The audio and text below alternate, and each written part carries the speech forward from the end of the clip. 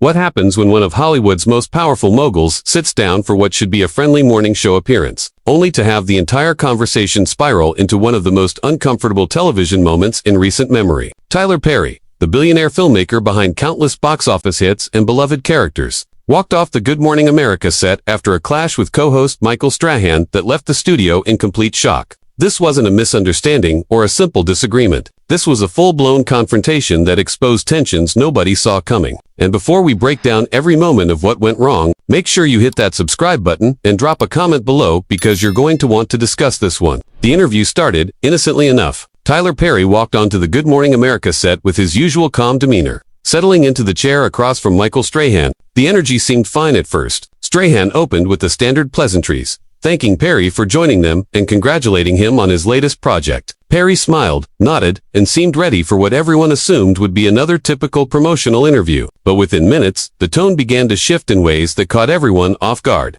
Strahan leaned forward, transitioning from the warm-up questions into something more pointed. "Tyler, you've built an empire. There's no question about that," Strahan said, "but there's been a lot of conversation lately about representation in your films, particularly when it comes to how black men are portrayed. Some critics have said your work leans heavily into stereotypes. What's your response to that?" Perry's expression changed immediately. The smile faded, replaced by something harder to read. He paused, taking a breath before responding. "Michael, I appreciate the question, but I think there's a fundamental misunderstanding about what I do," Perry said, his tone measured but firm. "I create stories for an audience that has been overlooked for decades. My characters aren't stereotypes. They're reflections of real people in real communities. If some critics don't understand that, maybe they're not the audience I'm speaking to." Strahan didn't back down. "But Tyler, when you have the platform you have, when you're one of the few black creators with this level of power in Hollywood, don't you think there's a responsibility to challenge those perceptions rather than reinforce them? I mean, we're talking about imagery that some people feel sets us back."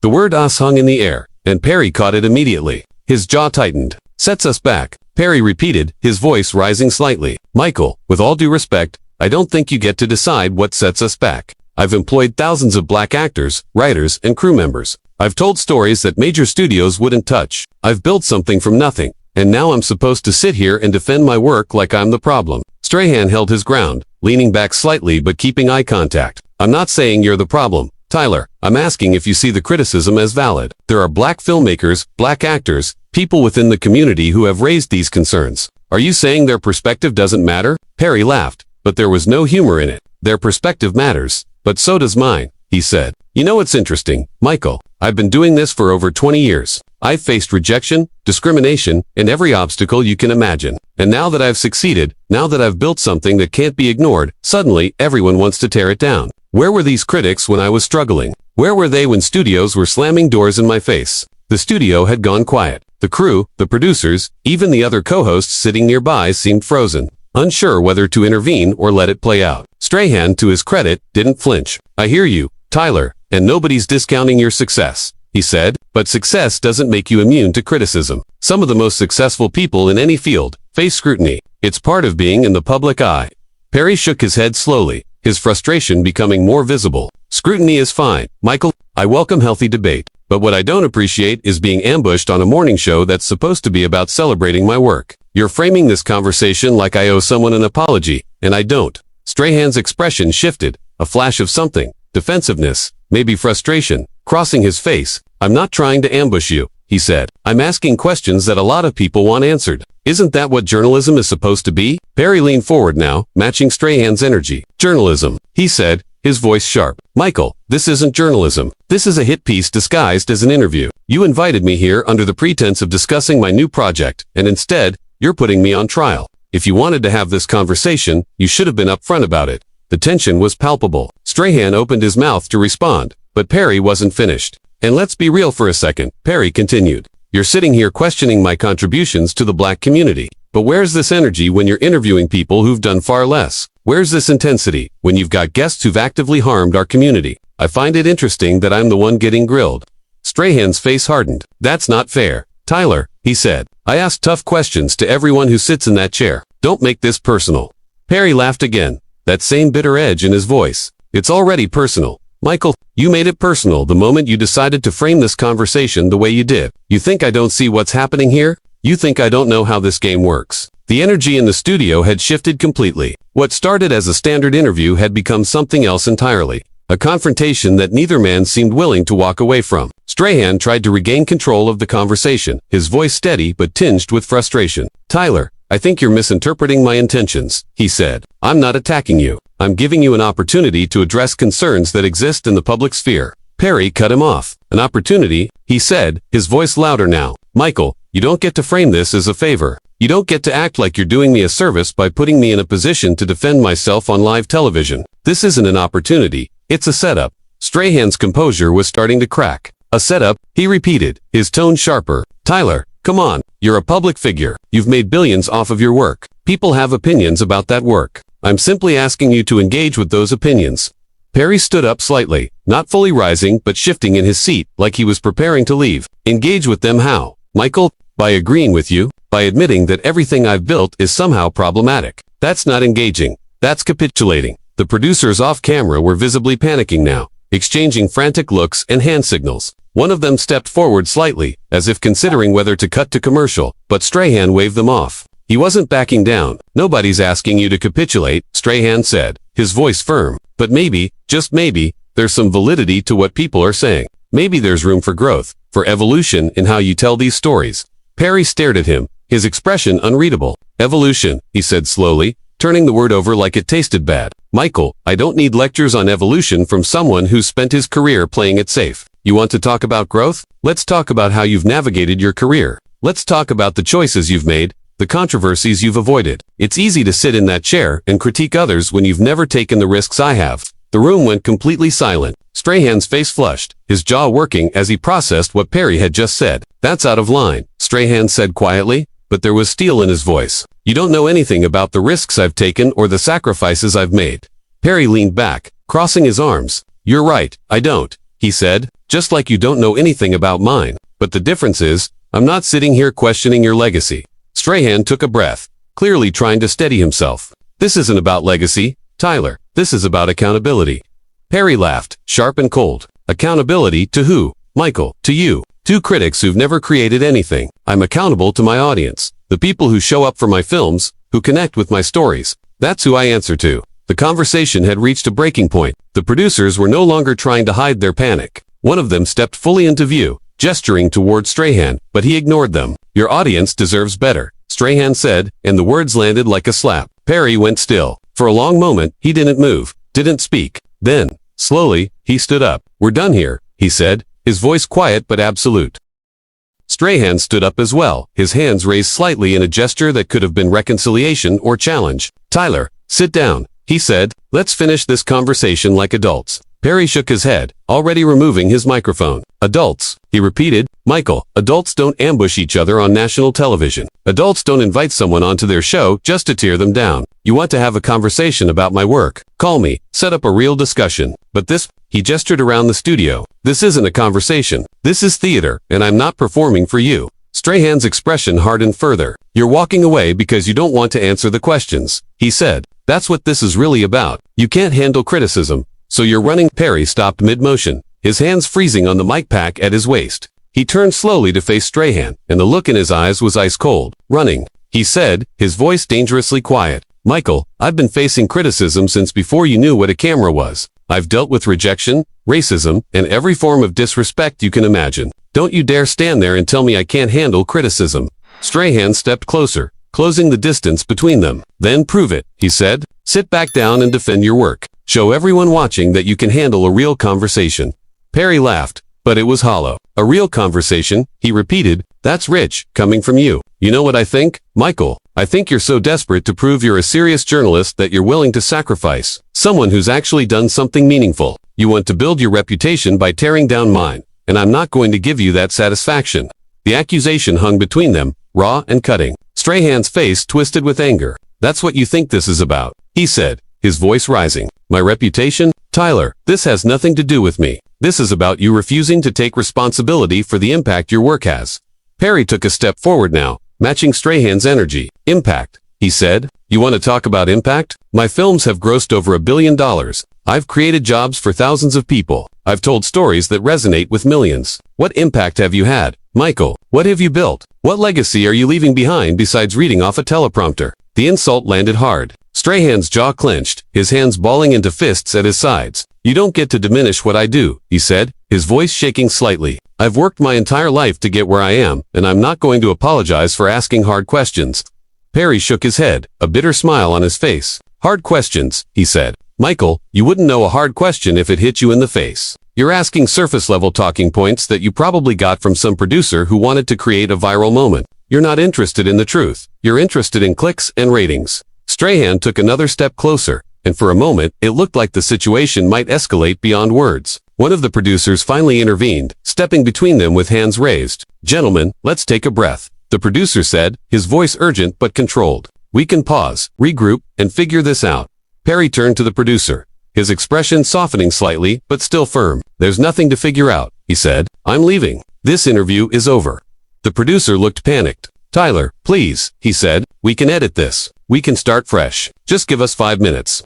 Perry shook his head. No, he said simply. I'm not interested in editing or starting fresh. I'm done. You all knew what you were doing when you set this up, and now you're dealing with the consequences. Strahan spoke up again, his voice cutting through the tension. So that's it, he said. You're just going to walk away and let everyone think you can't defend yourself. Perry turned back to him, his eyes blazing. Michael, I don't care what people think, he said. I stopped caring about that a long time ago. The people who matter, the people who support my work, they know who I am and what I stand for. Everyone else can think whatever they want. Strahan scoffed. That's convenient, he said. Hide behind your audience and refuse to engage with legitimate criticism. Real mature, Tyler. Perry's face went completely still, and when he spoke, his voice was calm but lethal. You want to talk about maturity, he said. Let's talk about how you're using your platform to attack someone instead of uplift them. Let's talk about how you're more interested in creating conflict than fostering dialogue. That's not journalism. Michael, that's exploitation. Strahan's face flushed red. I'm exploiting you, he said incredulously. Tyler, you've built your entire career on exploitation. You've exploited stereotypes. You've exploited your audience's loyalty. And now you're exploiting the victim card to avoid accountability. The words hit like a punch. Perry went completely silent, staring at Strahan with an expression that was equal parts shock and rage. The crew, the producers, everyone in the studio seemed to hold their breath, waiting to see what would happen next. Perry's hands trembled slightly, and for a moment, it looked like he might say something, might unleash everything he was feeling. But instead, he took a deep breath, composed himself, and spoke with chilling clarity. You just showed your hand, Michael, Perry said quietly. Everything you needed to say, you just said. And now everyone watching knows exactly who you are and what this was really about. Strahan opened his mouth to respond, but Perry held up a hand, cutting him off. I'm not interested in your justifications, Perry said. I'm not interested in your excuses. You wanted a moment, you got it. Congratulations. He turned to leave, and this time, no one tried to stop him. The producer stepped back, knowing there was no recovering from what had just happened. Strahan stood frozen, his face a mixture of anger and something else. Regret, maybe, or realization that he'd gone too far. Perry walked toward the edge of the set, his movements deliberate and controlled. But Strahan couldn't let it end there. Tyler, he called out, his voice echoing across the studio. You can walk away, but this conversation isn't over. People are going to keep asking these questions, whether you like it or not. Perry stopped but didn't turn around. Then let them ask, he said, over his shoulder. But they're not going to get the answers they want from me. I don't owe anyone an explanation for my life's work, especially not people who've never walked in my shoes. He started walking again, but Strahan wasn't finished. That's the problem right there, Strahan said, his voice louder now, more desperate. You think you're above criticism. You think because you've achieved success, you don't have to answer to anyone. But that's not how this works. Tyler, that's not how any of this works.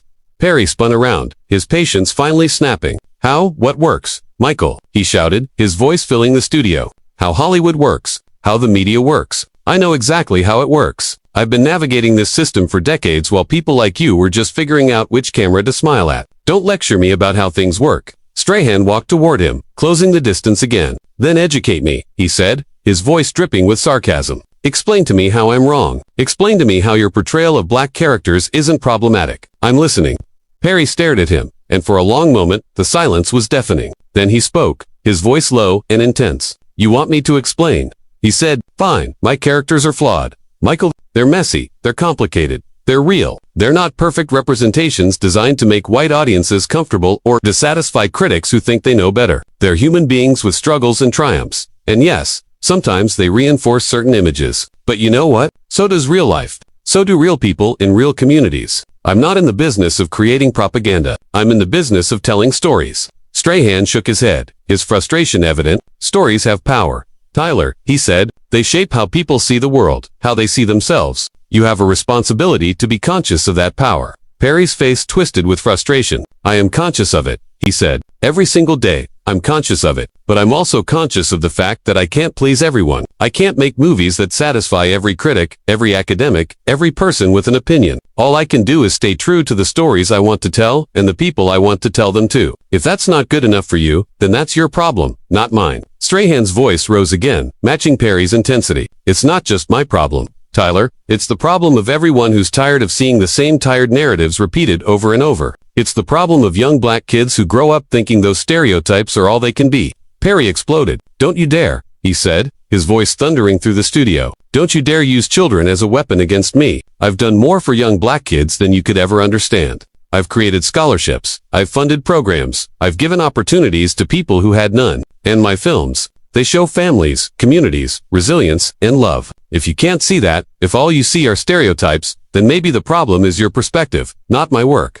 The accusation hung in the air, and Strahan looked like he'd been slapped. His face went from red to pale, his mouth opening and closing as he searched for words. My perspective, he finally said, his voice strained. Tyler, I'm trying to have a conversation about representation, about responsibility, and you're making it personal. Perry laughed bitterly. It's been personal from the beginning. Michael, he said, you made it personal when you decided to use your platform to attack me. You made it personal when you framed this entire interview as an interrogation. So don't stand there and act surprised that I'm responding in kind. Strahan took a breath, trying to regain some composure. Tyler, I'm going to ask you one more time, he said, his voice shaking slightly. Do you or do you not acknowledge that some of your work has been criticized for perpetuating harmful stereotypes? It's a yes or no question.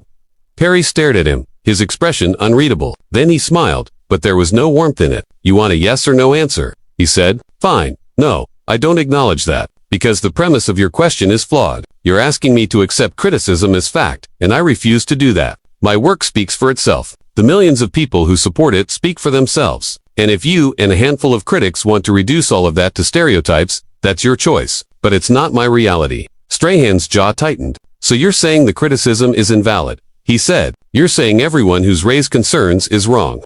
Perry shook his head slowly. I'm saying that criticism is subjective. Michael, what you see as a stereotype, someone else sees as their grandmother, their uncle, their neighbor. You don't get to decide what's valid representation for an entire community. Nobody does. Strahan stepped forward again, his voice rising. But you're making that decision every time you create a character. Tyler, you're deciding what gets put out into the world, what images get amplified. And when those images are harmful, you can't just wash your hands of it. Perry's eyes flashed with anger. Harmful, he repeated, his voice cold. You keep using that word like it's some objective truth. But who decides what's harmful? Michael, you. A group of academics who've never lived in the communities I'm portraying. Perry took a step forward, closing the gap between them until they were nearly face to face. Michael, I am a black voice. My audience is made up of black voices. The actors I employ, the crew members I hire, the communities I support, those are all black voices. And you're standing here trying to tell me that those voices don't matter because they don't align with your narrative. Strahan didn't back down. This isn't about my narrative, he said. This is about accountability.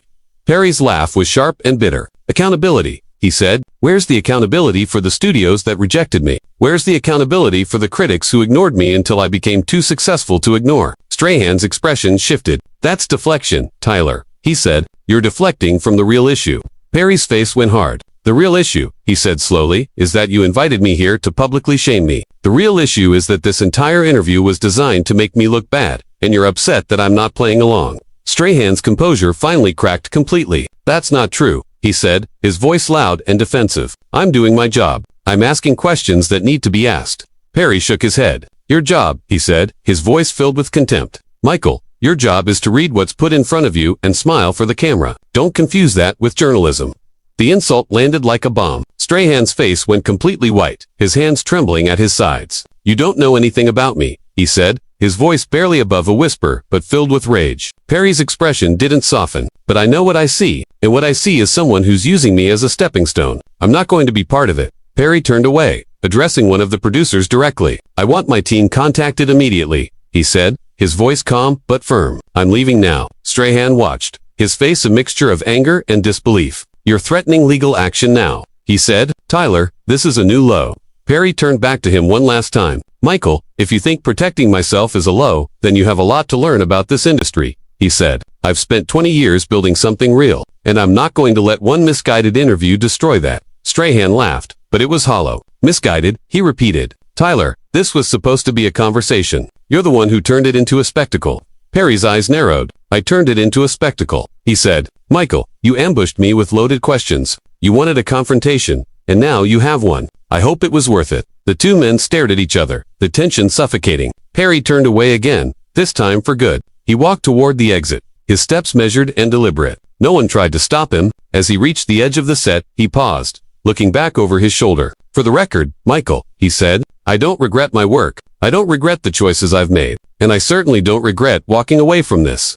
With that, he disappeared through the exit, leaving behind a studio full of stunned faces and one visibly shaken host. Strahan stood in the middle of the set, his shoulders sagging as the reality of what had just happened began to sink in. The producers rushed toward him, but Strahan wasn't listening. He stared at the empty space where Perry had been standing, his expression unreadable. The cameras were still rolling, capturing every moment of the chaos. And somewhere beyond the studio doors, Tyler Perry was already gone, leaving behind a moment that would be dissected and debated for days to come. So what do you think about this entire situation? Was Tyler Perry right to walk off, or should he have stayed and continued the conversation? Drop your thoughts in the comments below. And make sure you subscribe because we're going to be covering all the fallout from this interview. Let us know where you stand on this one.